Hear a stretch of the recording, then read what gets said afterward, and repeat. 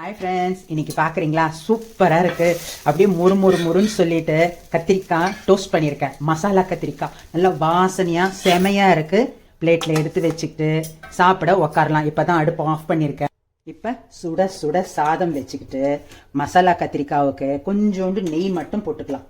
நெய் மட்டும் போட்டுக்கிட்டு அப்படியே இதை வச்சுக்கிட்டு சாப்பிட்டோம் அப்படின்னா அவ்வளோ சூப்பராக இருக்கும். வேற எதுவுமே வேண்டாம். இதை வீட்டில் எங்கள் வீட்டுக்காரர் சாப்பிட மாட்டாரே, எங்கள் பசங்க சாப்பிட மாட்டாங்களே அப்படின்னு சொல்லிட்டு கவலையே படாதீங்க. நீங்கள் செஞ்சு உட்காந்து சாப்பிடுங்க. உடனே ஆளாளுக்கு எனக்கு ஒரு பீஸ் கொடு அப்படின்னு சொல்லிடுவாங்க. இது சூப்பராக இருக்குங்க. கண்டிப்பாக ஈஸியாக செஞ்சுக்கலாம். நீங்களாம் செஞ்சு பார்த்துட்டு கமெண்ட் போடுவீங்க. வரீங்களா? வீடியோ பார்க்கலாமா? ஹாய் ஃப்ரெண்ட்ஸ், இன்னைக்கு இந்த பஜ்ஜி கத்திரிக்காய் வச்சு ஒரு டோஸ்ட் பண்ண போகிறோம். ரொம்ப நல்லா இருக்கும். இப்போ நான் 2 கத்திரிக்காய் எடுத்திருக்கேன். இந்த 2 கத்திரிக்காயில் ஒரு 3 பீஸ் இல்லைன்னா 4 பீஸாக நம்ம கட் பண்ணிக்கணும். நல்லா கொஞ்சம் திக்காக இருக்கணும். அந்த அளவுக்கு திக்காக கட் பண்ணிக்கிட்டோம்னா தான் டோஸ்ட் ஆகும்போது கொழன்னு போகாமல் நல்லா இருக்கும். இப்போ இதை ஒரு 3ஆவே கட் பண்ணிக்கலாம். 4ஆ வேண்டாம். ஏன்னா கொஞ்சம் குண்டா இருந்தது அப்படின்னா 4ஆ கட் பண்ணிக்கலாம். இல்லைன்னா இதை 3ஆ கட் பண்ணிக்கிறதுக்கு பெட்டராக இருக்கும். இது 3 கட் பண்ணிக்கலாம். ஃப்ரெண்ட்ஸ், இந்த கத்திரிக்காவை கட் பண்ணுறதுக்கு முன்னாடி நம்ம இதுக்கு ஒரு பேஸ்ட் ரெடி பண்ணிக்கணும். பாருங்க, மிளகாய் வெந்நீரில் போட்டு வச்சிருக்கேன். இது பேடகி மிளகாவாக இருந்தால் நல்லா இருக்கும். என்கிட்ட மேடகி மிளகாய் தீந்துடுச்சு. அது கவனிக்கவும் மறந்து போச்சு எனக்கு. இப்போ பாருங்க, இதில் 4 பேடகி நார்மல் மிளகாய் எடுத்திருக்கேன். இந்த 6 பீஸுக்கு இந்த அளவுக்கு காரம் வேணும். அந்த அளவுக்கு நம்ம விழுதும் அரைச்சிக்கணும். இப்போ பாருங்க, இதுக்கு ஒரு ஃபுல் பூண்டு எடுத்திருக்கேன். உங்களுக்கு எந்த அளவுக்கு ஃப்ளேவர் பிடிக்குமோ அந்த அளவுக்கு பூண்டு எடுத்துக்கோங்க. இப்போ இதில் கொத்தமல்லி, தனியா ஒரு 2 ஸ்பூன் அளவுக்கு போடுறேன். நான் இதில் நிற்காது, அதனால கோபுரமாக நிற்காதுங்கிறதுக்கோசம் இதை அப்படி போட்டிருக்கேன். இதில் கொஞ்சம் ஜீரகம், நல்லா வாசனையாக இருக்கிறதுக்கு ஜீரகம். இப்போ இதுக்கு தேவையான அளவு உப்பு. நம்ம எந்த அளவு உப்பு வேணுங்கிறத நம்ம ஓரளவுக்கு அப்ராக்சிமேட்டாக நம்ம சரி பண்ணிக்கலாம். இப்போ இந்த அளவுக்கு உப்பு போடுறேன். இப்போ இது ஃபர்ஸ்ட் ரன் பண்ணிக்கலாம். இப்போ பாருங்க ஃப்ரெண்ட்ஸ், இது ஓரளவுக்கு தான் தூள் ஆகும். இப்போ நம்ம தண்ணி கொஞ்சம் விட்டு நல்லா நைஸாக அரைச்சிக்கலாம். இப்போ பாருங்க, இது இன்னும் கொஞ்சம் நரான்னு தான் இருக்கு. அதனால நான் இன்னும் கொஞ்சம் தண்ணி விட்டு நைஸாக அரைச்சிக்கிறேன். ரொம்ப தண்ணி விட்டுடாதீங்க. ஒரு 2 ஸ்பூன் அளவு ஊற்றுங்க. அதுக்கப்புறம் அரைப்படலை அப்படின்னா இன்னொரு 1/2 ஸ்பூன் தண்ணி விடுங்க. இப்போ பாருங்க ஃப்ரெண்ட்ஸ், இதை அரிசி மாவு போடுறேன். இந்த அரிசி மாவு அந்த விழுத கொஞ்சம் கணிசமாக ஆக்கும். அதே டைம்ல அப்ளை பண்ணும்போது நல்லா மொறுன்னு சொல்லிட்டு வரும் உங்களுக்கு. அதே டைம்ல இது கெட்டியும் படும். அரிசி மாவு போடுறோம் அப்படின்னு சொல்லிட்டு டக்குன்னு தண்ணி ஊத்திடாதீங்க. அரைச்சி பார்த்துட்டு தண்ணி ஊத்திக்கோங்க. இப்ப பாருங்க ஃப்ரெண்ட்ஸ், நான் தண்ணி ஊத்தல. இப்போ விழுது கரெக்டா இருக்கு பாருங்க. இப்போ அரிசி மாவு வீட்டில் இல்லை அப்படின்னா என்ன பண்ணுறது அப்படின்னு சொல்லிட்டு உங்களுக்கு தோணும். கார்ன்ஃப்ளவர் இருந்துச்சுன்னா கார்ன்ஃப்ளவர் போட்டுக்கோங்க. அப்படி இல்லைன்னா இந்த மிளகாய் ஊற போடும்போது கொஞ்சம் பச்சரிசியை அதில் ஊற போட்டுக்கோங்க. பச்சரிசியை ஊற போட்டு அந்த வெந்நீரில் தானே போடுறீங்க, ஒரு 10 நிமிஷம் ஊறிச்சுன்னா கூட நம்ம இதை செஞ்சுக்கலாம். அதுவும் இது செய்யறதுக்கு கொஞ்சம் மேக்னேட்டான நல்லா இருக்கும். அதனால நம்ம எப்போ சாப்பிட்றதுக்கு உட்காரத்துக்கு 1 மணி நேரம் 2 மணி நேரத்துக்கு முன்னாடியே நம்ம மேக்னேட் பண்ணி வச்சுட்டோம் அப்படின்னா அப்போன்னு கூட நம்ம ரெடி பண்ணிக்கலாம். இப்போ இந்த விழுது இப்படி இருக்கட்டும். இப்போ இதை கட் பண்ணிக்கலாம். இப்போ பாருங்க ஃப்ரெண்ட்ஸ், எனக்கு 4 பீஸாவே வந்திருக்கு. கொஞ்சம் திக்கா 4 பீஸா வந்திருக்கு. நீங்க வாங்குற கத்திரிக்காய் சைஸ் பொறுத்து நீங்க கட் பண்ணிக்கோங்க. இப்போ இதுல இது மாதிரி கோடு போட்டுக்கோங்க. அதாவது ரொம்ப டீப்பா போகக்கூடாது. அட் த மீன் டைம் உள்ள இந்த மசாலாஸ் போற மாதிரி நம்ம கட் பண்ணிக்கணும். இப்படி டைமண்டா வேணாலும் கட் பண்ணிக்கோங்க. கொஞ்சம் இல்ல ஒரு நேர் கோடாவும் கட் பண்ணிக்கலாம். இந்த எட்ஜஸ் அந்த தோல் கிட்ட நைஃப் போகாம பாத்துக்கோங்க. ஏன்னா நம்ம திருப்பறதுக்கு சப்போர்ட் இல்லாம போயிடும்.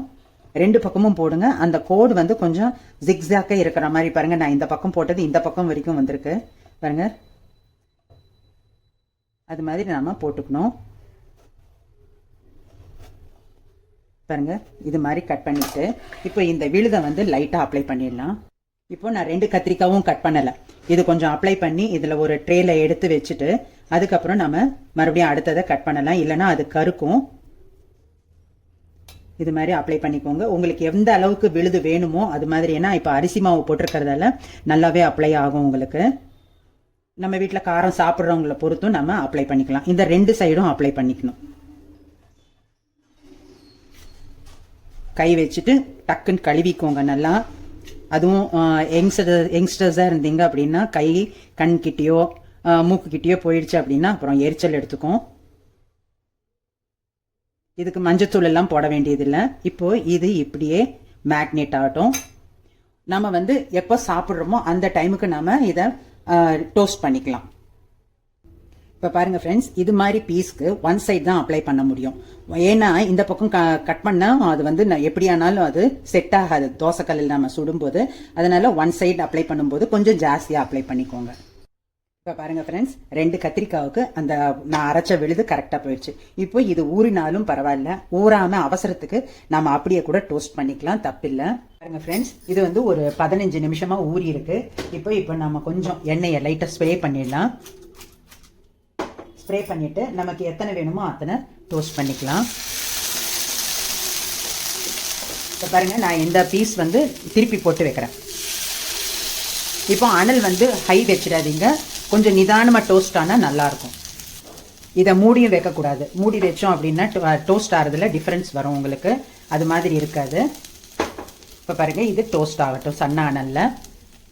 உங்களுக்கு வந்து நல்லா மொறுமொறுன்னு வேணும்னா எண்ணெய் கொஞ்சம் ஜாஸ்தி விடலாம். நான் வந்து இப்போ கொஞ்சமாக தான் விட்டுருக்கேன். இப்போ நான் மொத்தம் விட்டது வந்து ஒரு 1/4 ஸ்பூன் அளவுக்கு தான் வரும்.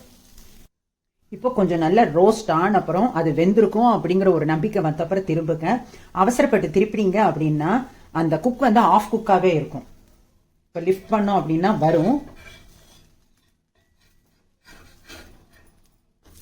பாருங்க, எனக்கு இதுவே இன்னும் கொஞ்சம் குக் ஆகணும், அதனால நான் மறுபடியும் திருப்பி போடுறேன். ஒரு 6-7 மினிட்ஸ் வரைக்கும் அப்படியே இருக்கணும். இன்னும் கொஞ்சம் நான் எண்ணெய் விடுறேன். திருப்பி போட்டுட்டு மறுபடியும் அந்த பழைய பொசிஷனில் போட்டாலும் எப்படி இருந்தாலும் அந்த குக்கிங் வந்து நல்லா பக்குவமாக இருக்காது. இப்போ பாருங்க, இது மாதிரி டோஸ்ட் ஆயிருக்கு. இன்னும் 2வது பக்கம் திருப்பி போட்டிருக்கேன். ஃபோனில் சார்ஜ் இல்லைன்னு சொல்லிட்டு ஒரு 5 மினிட்ஸ் சார்ஜ் போட்டு எடுத்துகிட்டு வரலான்னு எடுத்துகிட்டு போனேன். அதுக்குள்ளே இது மாதிரி சேஞ்ச் ஆயிருக்கு. திருப்பி போட்டிருக்கேன். இப்போ இன்னும் கொஞ்சம் டோஸ்ட் ஆகட்டும். இந்த 2வது பக்கமும் டோஸ்ட் ஆயிருக்கான்னு பார்க்கலாம். பாருங்க, இதுவும் நல்லா டோஸ்ட் ஆயிருக்கு. பார்த்தீங்களா, கரண்டி வந்து நல்லா அழகாக உள்ளே இறங்குது. இது வந்து பருப்பு சாதம், நெய் சாதம், அது மட்டும் இல்லாமல் என்னோட லிங்க்ல வந்து மெந்தி பப்புன்னு ஒரு டிஷ் இருக்குங்க. அது ரொம்ப ஆப்டாக இருக்கும். அந்த மெந்தி பப்புக்கு வந்து இது மாதிரி காரமான பொரியல் வெரைட்டிஸ் ரொம்ப மேட்சிங்காக இருக்கும்.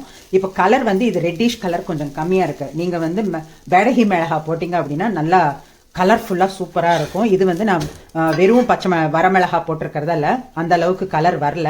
ஆனால் நீங்கள் அதை யூஸ் பண்ணீங்க அப்படின்னா நல்லா சூப்பர் கலராக இருக்கும். ட்ரை பண்ணி பாருங்க. இப்போ தட்டில் எடுத்து வச்சுட்டு சாப்பிட நான் உட்கார போகிறேன். நீங்கள்லாம் வரீங்களா ஃப்ரெண்ட்ஸ்? வாங்க, எல்லாரும் சாப்பிட்டுட்டு நல்லா கதை பேசலாம். Thank you. This is from Sujatha Manoharan.